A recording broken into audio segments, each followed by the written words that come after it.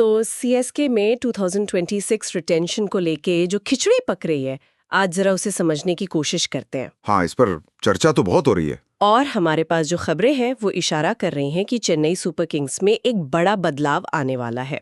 कुछ चेहरों पर तो मुहर लग चुकी है, लेकिन कुछ ऐसे बड़े नाम बाहर हो सकते हैं जिनके बारे में सोचकर ही हैरानी होती है। बिल्कुल, ये सिर्फ कुछ खिलाड़ियों को बदलने की बात नहीं है। ये सीएसके की जो पहचान रही है, शायद उसमें एक बहुत बड़े एक शिफ्ट का संकेत है। अच्छा, आज हम यही समझने की कोशिश करेंगे कि ये नई सीएसके कैसी दिखने वाली है। तो चलिए सबसे आसान नाम से शुरू करते हैं, एमएस धोनी। हाँ, इस पर तो कोई शक नहीं होगा किसी को, है ना? नहीं, धोनी का टीम में रहना तो तय है। सीईओ ने भी साफ कर दिया था कि रिटायरमेंट अभी नहीं हुआ है। बिल्कुल, पर दिलचस्प बात यह है कि उनका रोल क्या होगा। खबरें कह रही हैं कि वो एक मेंटोर। हाँ, पर यहाँ एक सवाल उठता है, क्या एक नॉन प्लेइंग मेंटर का साया नए कप्तान को मतलब खुलकर फैसले लेने देगा? ये बहुत दिलचस्प पॉइंट है। ये टीम के डायनामिक्स के लिए एक चुनौती हो सकती है। और नए कप्तान यानी ऋतुराज गायकवाड़, उनका रिटेन होना भी पक्का है। हाँ, वो तो टीम का नया चेहरा है। उनके साथ साथ दो और नाम है जिन्हें टीम की नई रीढ़ कहा जा रहा है, शिवम दुबे और मथीशा पथिराना। और वजह भी साफ है, गायकवाड़ टॉप ऑर्डर में वो शांति लाते हैं जो सीएसके की पहचान है। सही है। शिवम दुबे मिडिल ऑर्डर में वो भारतीय ऑलराउंडर हैं जिसकी हर टीम को तलाश होती है। और पथिराना, उन्हें तो डेथ ओवर्स किंग कहते हैं। यूं ही नहीं कहते, उनका जो एक्शन है और सटीक यॉर्कर्स, वो आखिरी के ओवरों में बल्लेबाजों के लिए एक पहेली बन जाते हैं। ये तीनों एक मजबूत कोर बनाते हैं। इसमें एक और नाम नूर अहमद का भी है, एक युवा स्पिनर। हाँ, भविष्य के लिए एक इन्वेस्टमेंट। तो ये तो हुई भविष्य की बात, एक ऐसी नींव जिसे टीम तराशना चाहती है। लेकिन इसी भविष्य को बनाने के लिए क्या सीएसके को अपने सबसे बड़े आज की कुर्बानी देनी पड़ेगी?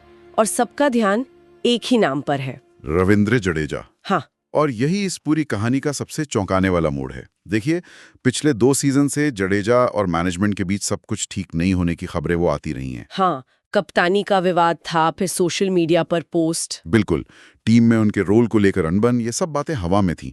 लेकिन अब लग रहा है कि मैनेजमेंट शायद एक बहुत बड़ा फैसला लेने जा रहा है। लेकिन जडेजा सिर्फ एक खिलाड़ी नहीं है, वो तो एक मैच विनर है। उन्हें छोड़ना इतना आसान कैसे हो सकता है? बात सिर्फ रिश्ते की नहीं है, ये विशुद्ध ऑक्शन का गणित भी है। मतलब? जडेजा को रिलीज करने का मतलब है पर्स से सीधे 16 करोड़ रुपए खाली करना। 16 करोड़? आप सोचिए, इतने में आप ऑक्शन में 2 शानदार भारतीय खिलाड़ी खरीद सकते हैं।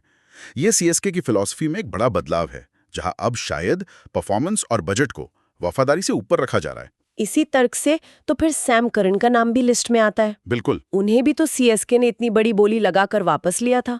क्या मैनेजमेंट ये मानेगा कि उनसे गलती हुई? सैम करन का मामला दिखाता है कि सीएसके अब पुरानी गलतियों से सीखना चाहती है। उनकी कीमत बहुत ज्यादा थी, पर परफॉर्मेंस में वो बात नहीं दिखी। वही तो उन्हें ऑक्शन में वापस भेजना ये बताता है कि टीम अब किसी खिलाड़ी के प्राइस टैग से बंद कर नहीं रहना चाहती। अगर वैल्यू फॉर मनी नहीं है तो फैसला लेना ही पड़ेगा। तो कुल मिलाकर तो तस्वीर ये बन रही है कि सीएसके एक युवा परफॉर्मेंस पर आधारित टीम बना रही है। हाँ, जिसकी कमान गायकवाड़ के हाथ में होगी और धोनी पर्दे के पीछे से उन्हें गाइड करेंगे। और इस नई कहानी को लिखने के लिए जडेजा और करन जैसे बड़े अध्याय बंद करने पड़ सकते हैं। और अगर ऐसा होता है तो ये सिर्फ इस साल की सबसे बड़ी आईपीएल हेडलाइन नहीं होगी, ये एक सफल टीम की रणनीति में एक ऐतिहासिक बदलाव होगा।